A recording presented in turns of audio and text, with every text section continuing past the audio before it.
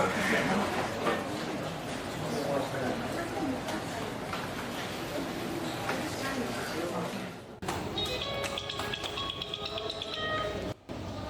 po? Sino po ito? So, good afternoon. Si Miss Nara Joy S. Santalio po ba ito? Yes po, ako po yun. Bakit po kayo napatawag? Good afternoon. I am Jasmine D.M. Santos, the HR Manager and Recruiter of the Trip and Treat Company, because every trip is a trip. And after checking your credentials and requirements, we are excited to finally offer you the position of Marketing Assistant here. So, congratulations. Thank you so much. First job ko po to, kaya medyo kinakabahan po. So, don't worry, ang Trip and Treat Company ay may onboarding program to assist the newly hired employees para mag-guide kayo sa lahat ng kailangan nyo malaman. And we will also send you an onboarding package via email kung saan nandiyan ang ating mga company policies, firstly expectations, and kung ano ba yung mga important information na dapat ninyong malaman. Sige po. Salamat po. See you soon. So, see you soon din po, Miss Nella Joy. Once again, welcome to the Trip and Treat Company and goodbye. Thank you po.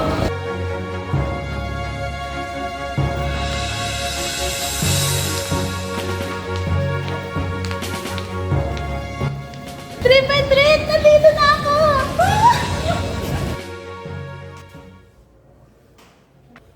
Excuse me, ma'am. May appointment po ba kayo ngayon? Yes po, ako po yung bagong hired as marketing assistant po.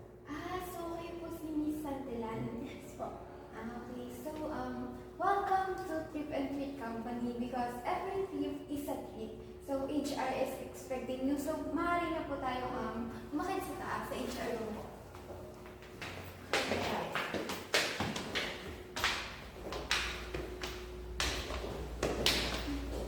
Miss Santos, ito po yung newly hired marketing assistant natin. Si Miss Santelan. Good day. So, welcome aboard. So, excited na kami makasama ka. So, let's have a quick office tour first and I'll introduce you to marketing department as well. Good?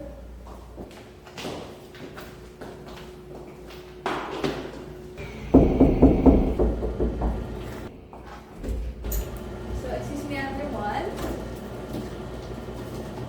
Ay, ma'am, may balik na po sa akin. Okay, you may go. So, excuse me once again. So, meet Mr. Clarence Visangkap, your Human Resource Generalist. Siya ang aking katuwang para ma-hire ka. Hi, Miss Nella. It's finally nice to meet you. Nice to meet you din po, sir. And then finally, your marketing manager, si Ms. Cherry Jean Astrolativo. Hi, Nela! So, welcome to our marketing team. Again, I am Cherry Jane Estelativo and I'm gonna be your manager. So, we are really pleased to meet you today. Salamat po. Ako po si Nella Joy. Excited po ako pero medyo kinakabahan po. Okay lang yan, normal yan. Huwag ka mag-alala kasi magkakaroon naman tayo ng onboarding process para magkaroon ka ng adjustments sa ating company. So, ayun, ready ka na ba? Opo, okay na! Nakakatawa. Based on the report, based on my evaluation sa report na sinabit ng marketing department, ang taas ng increase ng individuals na nag-i-import sa ating travel agency. This is nice news, na. Kaso, I guess we still have some room for improvement kasi in comparison to other branch, medyo konti pa lang yung clients ng Bulacan. So, we really have to talk with the marketing management and the department as well para masiguro na tumaas pa lalo yung sales natin. Isa lang ang patunay nga, effective yung campaign manager team natin. Yes, yes. Yes?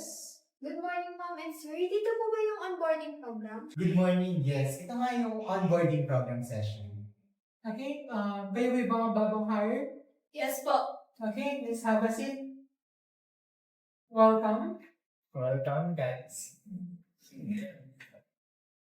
So, good day everyone. Welcome to Chip and Chip Company official onboarding session. I am Clarence Misangkat, HR Generalist, and magiging trainer niya rin sa araw na ito. Together with Miss Abigail C. Ramos, ang Sales Executive ng Marketing Department. Today, we will guide you about your job responsibilities, company policies, at the same time, pati na rin yung expectations niyo sa ating company. So, I guess without further ado, let's start. Okay. So, first, let's talk muna about our work policies. So, a company working hours starts exactly 9 a.m. to to 6 p.m. But we also offer flexible arrangement, no, if needed. Pero sa marketing company dapat, makikipag-coordinate kayo. Makikipag-usap kayo kay writers, kay designer, pati na rin sa mga marketing managers. No? Dito kasi sa Trip and Treat Company, we believe in a results-oriented environment. Hindi lang dapat uwi o pasok. Dapat nakikita din namin yung output at the same time yung impact ng inyong work. So, ibig sabihin po, hindi super strict sa time basta nagagawa ang trabaho? Tama. Pero syempre, mahalaga pa rin yung professionalism. So, kapag may emergency or pakiramdam nyo ay malilig kayo, do not hesitate to coordinate with your team leader. No? Communication is the key talaga. Lagi lang tayo makikipag-usap para inform sila sa mga mangyayari sa inyo. By the way, Sir Clarence, ano po yung expectation sa isang marketing assistant tulad ko? Great question, no? Miss Abby, care to explain? Okay, so please excuse me, Sir Clarence. No? So, meron tatlong tasks ang isang marketing assistant. So, let me write those. So, basically, ito yung tatlong tasks na kailangan mong gawin para matulungan mo yung ibang part ng marketing department. So, you will help them search for trends and issues na pwede natin i-apply para masiguro na laging up-to-date ang ating mga proposals, advertisements, and sponsorships. Then, content planning, kung ano yung mga i-post natin sa social media. And of course, dapat active tayo sa social media to ensure na marami rin tayong digital and online customers. May I know po kung paano ang process ng performance evaluation dito? Sure. We also have performance evaluation na nangyayari ito every 3 months. So, ang goal nito is to identify saan areas ang bawat employees nag-e-excel at the same time, saan areas ang need nila ng improvement. No? So, this activity is hindi namin ginagawa to pressure dito. Ginagawa namin ito para ma-identify namin kung anong mga bagay na strengths natin at the same time, anong mga bagay ang need ng improvement. Pero don't worry, may good news ako. Miss Atian, Miss Yoson, ang bawat bagong employees ay magkakaroon ng onboarding buddy.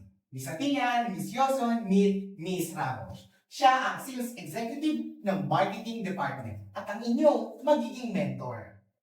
Again, welcome to the team. At kung meron man kayong problema or issues, feel free na lumapit sa akin. At kausapin ako, and I will do my best to guide the flow. Salamat po. Buti may ganito pala.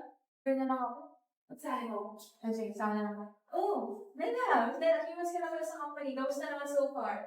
Sobrang okay na po. Tapos, nakatulong po yung mentorship. Tapos, nas-bonded na rin po ako with my team. Wow, that's good to hear. So, kamusta naman si Miss Ramos as your mentor?